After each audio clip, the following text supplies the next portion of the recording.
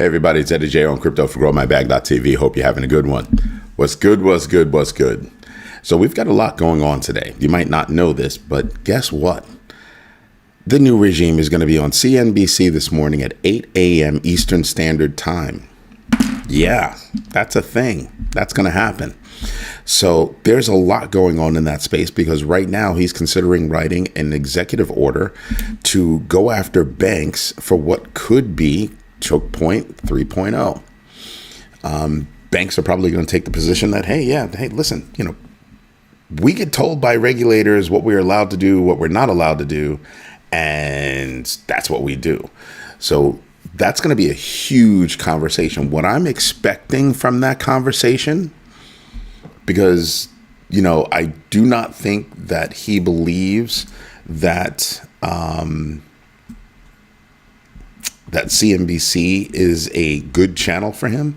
So I'm expecting fireworks. Not only that, I'm expecting him to go off on some kind of a tangent about something, and it's going to be hard for them to reel him in. I don't think they will be able to.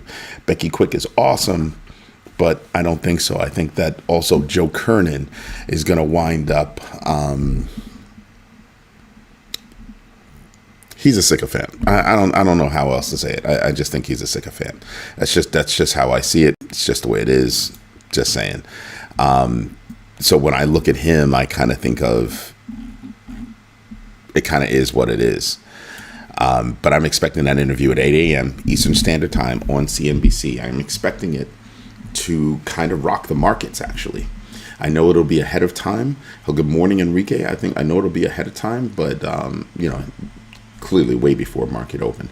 But I think that there's going to be news stemming from that interview that will absolutely send shockwaves, or at least I'm prepared for it. You know what I mean? You got to be prepared for some of these things, and I'm prepared for something like that because anything can happen.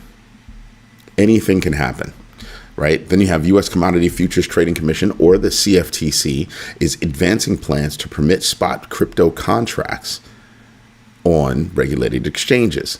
That's huge news. Why? Because one, it's kind of flexing its newfound muscles with regard to regulating crypto. Yeah. So that's going to be a very interesting move as we start to look at that. So they're seeking public input, public opinion on that, and we'll see how that flows.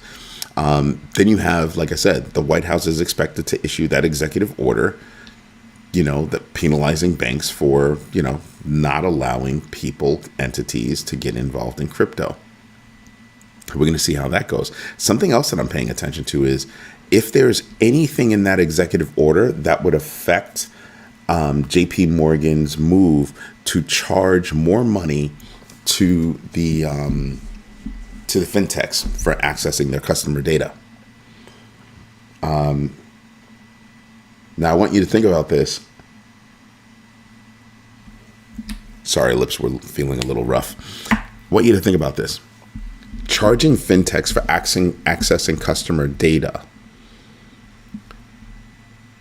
That means your customers initiated a transaction that requires that data. I want you to just let that rest over you for a minute. That extra charge for accessing the data is because their own clients want something to happen. So they're penalizing their clients for doing what they want to do with their money. Let that wash over you for a minute. We should probably have a longer conversation about it, but it's early morning and there's way too much news to get through this morning. An Arizona couple lost about $20,000. Why? Because a Chase employee, Chase Bank, yes, a part of JP Morgan Chase, employee errored, allowing a scammer to access their account, prompting an investigation and the arrest of the suspect in Florida. Meaning the suspect scammed a couple, snatched some money, and the bank had frozen it, and the bank employee messed up, unfroze the account, and the money was then stolen. So this couple could have a problem recovering that money. Now, my question is, in this kind of case, shouldn't Chase make that couple whole? Because you were holding the money and then all of a sudden you're not holding the money. See what I'm saying? That's a little bit of a problem. It's a little bit of a problem. So I'm going to be interested to see how they actually handle that. If you notice, my lights back here are green. Why are they green? Well, it's because I believe the market will be green today. That's how I think the market is going to move. Even with, the new regime's interview on CNBC this morning, upcoming interview on CNBC, I think that's going to be a thing. SEC Commissioner Hester Pierce advocated modernizing the Bank Secrecy Act, which is something else that Coinbase was talking about yesterday, and re-examining the third-party doctrine to protect financial privacy, emphasizing crypto's role in financial systems and receiving praise from industry leaders. One of the things that they were talking about yesterday, Brian Armstrong being one of them, was, hey, look, listen, maybe we should put some of this stuff on the blockchain. It would make things faster, more efficient, and a little bit more transparent. He's talking about using ZK, zero knowledge protocols, and I'm kind of like, or ZK proof, and I'm kind of like, that could be interesting. It's going to take more thought, but she's right. Things need to be upgraded. Things need to be changed. And then you have the Philippine Securities and Exchange Commission warned 10 crypto exchanges, including OKX and Bybit, of potential legal action for unregulated operations in the country. That could be a problem. Not a little problem, but kind of a big problem for them. So I'm pretty sure they've got to probably be looking at, how can we do this, legally? That could also be a problem because maybe things there aren't as solid as the government is trying to make you think it is, and there are rules and regulations and all that good stuff. Usually when this happens this late in the game with such mature organizations operating within a country, the country's rules and regulations are a little shaky. So we'll see what happens with that. But it is something to pay attention to because, again, what I keep telling you guys is what happens in other countries, what affects other countries could affect your bag here and vice versa. So no matter what country you're in, you should have a global perspective of the economy and what can affect the economy on a global scale. So I do pay attention to that kind of stuff, and I try to report it to you guys as I think it's, important. Again, I try to practice the GMB 3. Do your own research, know your entries and exits, and absolutely invest deliberately. Be sure-footed in each one of those steps and do perform each one of those steps in order. Do your own research, know your entries and exits, and absolutely invest deliberately. Also remember, your first investment is here. The more you have here, the more that can go in your pocket here. Just saying. What else do we have going on? I almost skipped over this. Chainlink launched Data Streams, a platform providing live crypto pricing data across 37 blockchains. Whoa. Supported by DeFi protocols like SUI. Whoa. With projections of a $30 trillion market for blockchain-based financial structure or infrastructure. I told you guys, do not sleep on Chainlink. That's a huge move. That's a huge move and a huge call out for SUI. Because by DeFi protocols like SUI. Just saying. And don't forget, we've got to do more research into that CARF thing that the president came out with. It's like a 166-page thing that we have to do some research on. Why? Because U.S. taxpayers are expected, I'm just writing it down, U.S. taxpayers are expected to report on all of their crypto holdings, especially, including foreign, because they're going to have to pay taxes on it.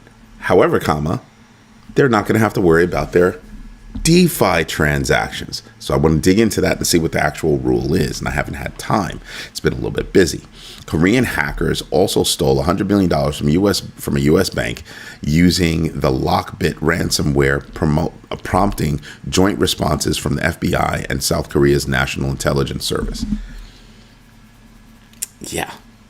They're also posing as, posting fake jobs and things like that. North Korea, I don't care what anybody says, North Korea is at war with the rest of the world. They're at war with the rest of the world, except for those that they consider their friends. But they're at war with the rest of the world, and it's a digital war. They're out here stealing billions billions of dollars. And I'm just wondering, when is the world going to flex back? I'm really wondering when the world's going to flex back. Because it just happens on an all the time basis.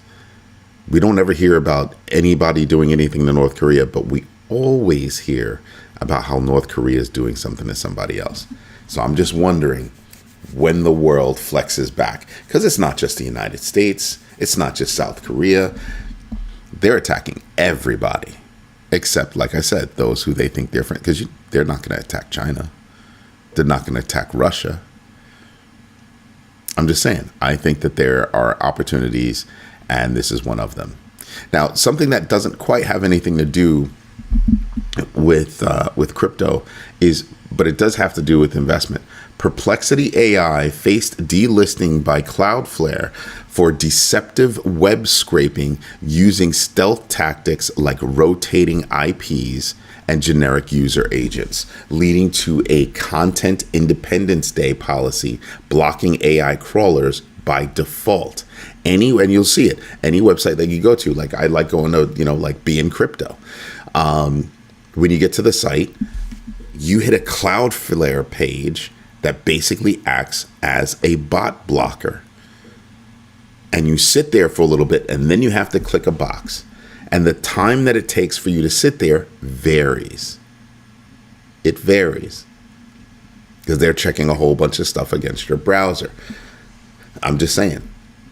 Cloudflare is doing a lot to try to stop bots, and there are a lot of companies that buy into that service.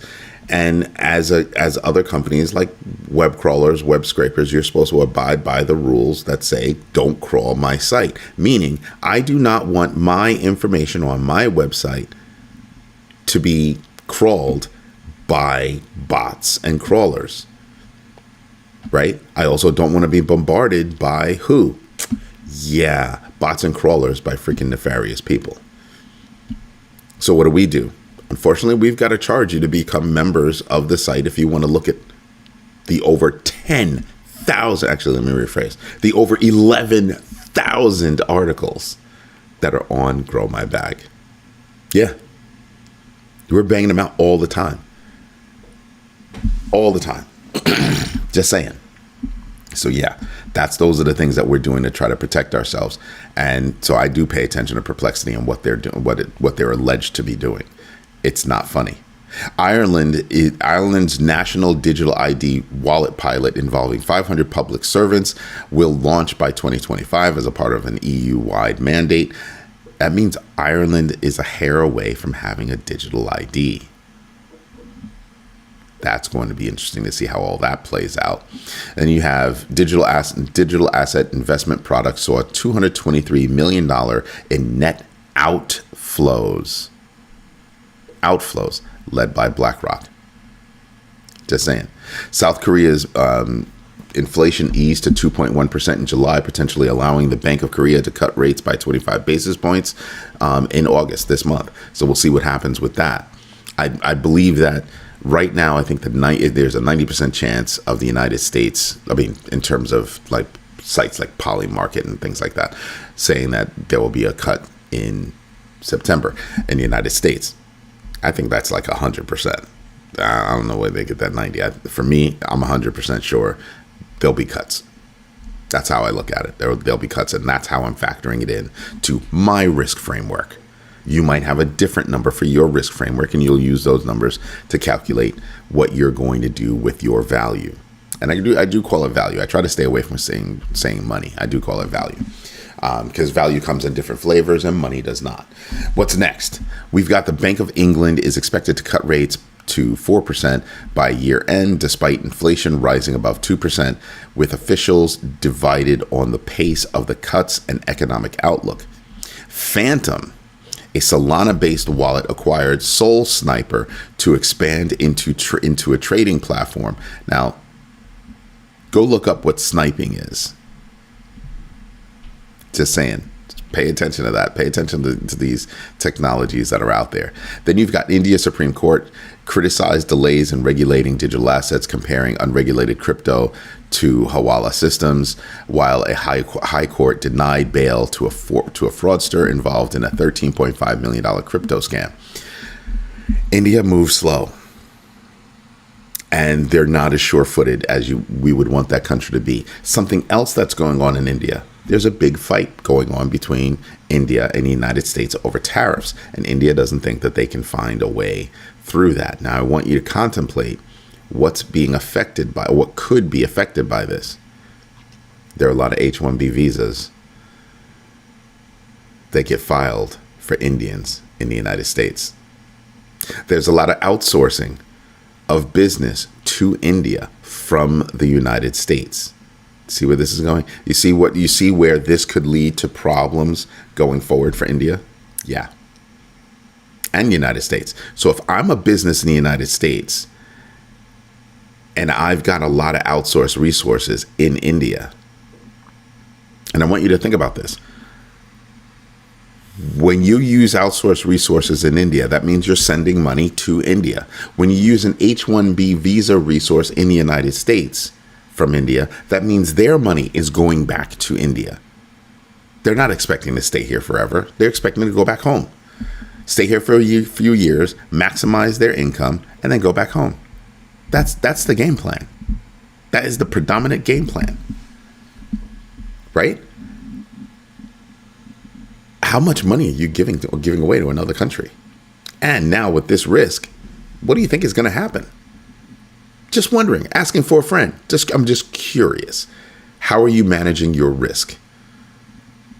How are you managing your risk? And if you're a company like Apple, who has just started moving their phone operations from China to India. Now India makes the most iPhones in the world. It used to be China. That's shifted over to India. Now what are you going to do? Yeah, that's going to cause a problem. That's going to cause major problems. I think Apple's next couple of quarters are going to be tough because they've got products coming out of India. They still have products coming out of China. Their next couple of quarters, they're going to be tough. Just saying. Just going to put that out there for you. Let's see. The United States proposed the Coins Act to establish the Crypto Assets Regulatory Authority, CARA, balancing innovation and consumer protection through a non-binding draft, and awaits parliamentary approval. Approval in Congress. I want you to think about this. It says non-binding.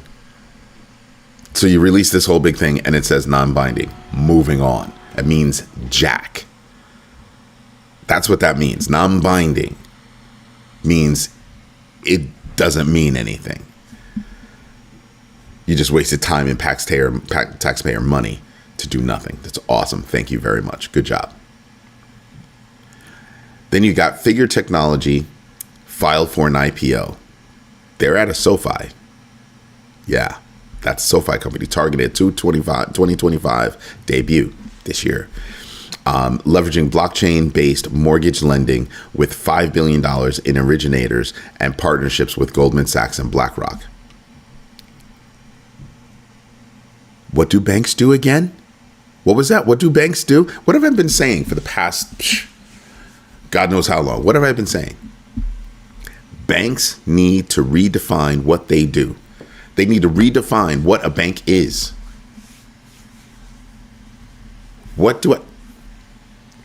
Figure Technology filed for an IPO targeting a 2025 debut, leveraging blockchain-based mortgage lending with $5 billion in originations and partnerships with Goldman Sachs and BlackRock. Yeah. So what do banks do? That's DeFi. That's DeFi. So I'm just saying, DeFi is going to be one of the biggest areas that you can be involved in. And we have a couple of things that are pointing to you should really do your own research in that space. Why? The CARF, That CARF document that the president came out with, a new regime came out with, listen, that says that you don't have to worry about your DeFi, reporting your DeFi transactions. Don't have to worry about reporting your DeFi transactions. That's DeFi. That other story up above, Chainlink getting data out there, that's DeFi. Yeah. Now you know why I want to read that document. Because does that mean that we have the ability to protect our money using foreign DeFi? Just saying. It's something for us to pay attention to. You know something else we should do? That's right. We should get into the numbers. Let's go do this. Like I said, it's going to be interesting to watch the new regime on CNBC at 8 a.m. I'm going to be paying attention to that in a big fashion. I'll be sitting down with a nice cup of cappuccino watching that one. Right now, the Dow futures are at $20 plus, 23 points plus. S&P futures expected to be up 15.75, implied open. NASDAQ futures 82.75. Applied open going up as well. Oil is down 0.78. US 10-year is up 0.014. Not bad. Not bad. Just saying, because Palantir killed it yesterday. Earnings reports. We do have AMD coming out. I'm going to tell you now, I've got big hopes for AMD.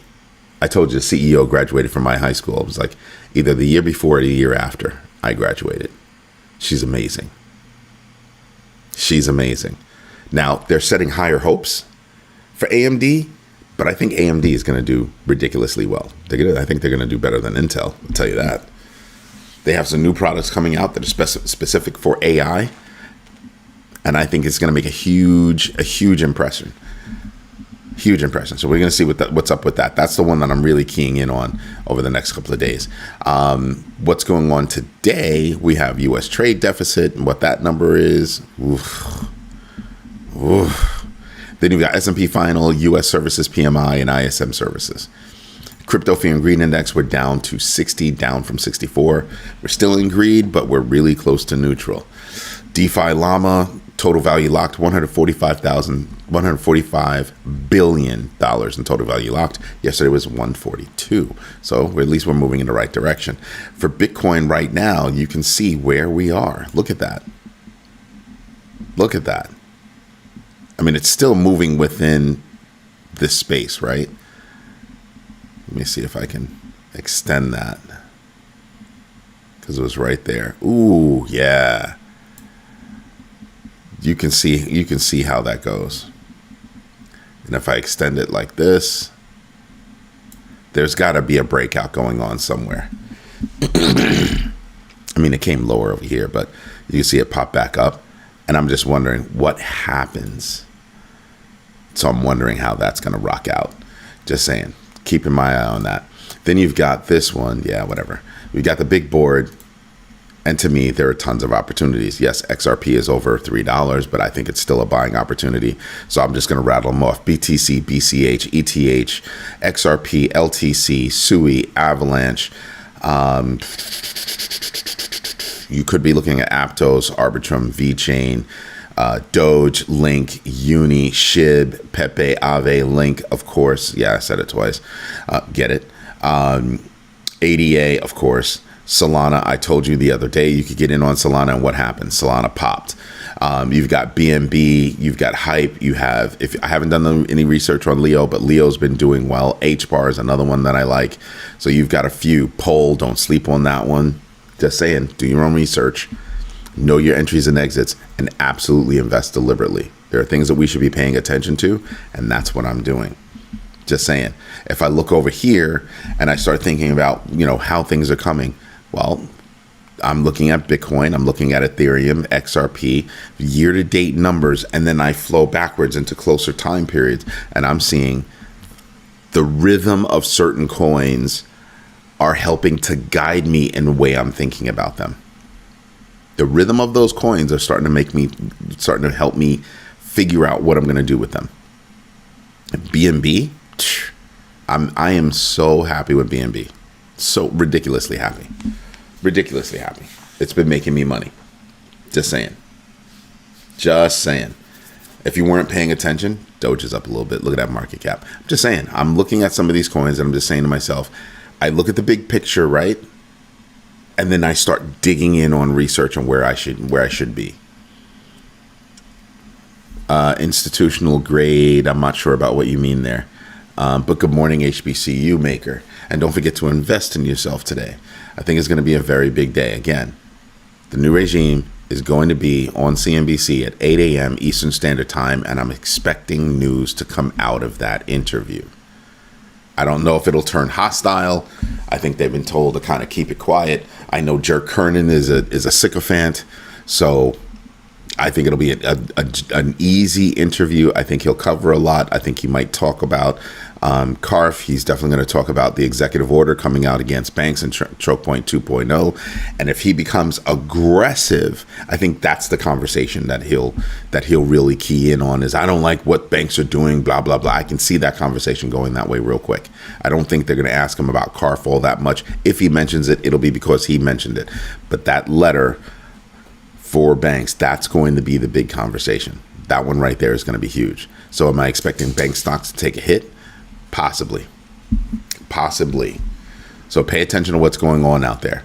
Anyway, everybody, this is Eddie J on crypto for GrowMyBag.tv. Thank you for your time. Thank you for your patience. And as always, thank you for your trust. We'll be diving into these and other topics later on tonight at 8 p.m. during the Crypto Overflow, where we really have a conversation about this stuff and really dig in. I hope to see you then. Don't forget to smash the likes and tell your friends about this community because we are growing and we're growing fast. Everybody, have a good one. See you later. Bye-bye.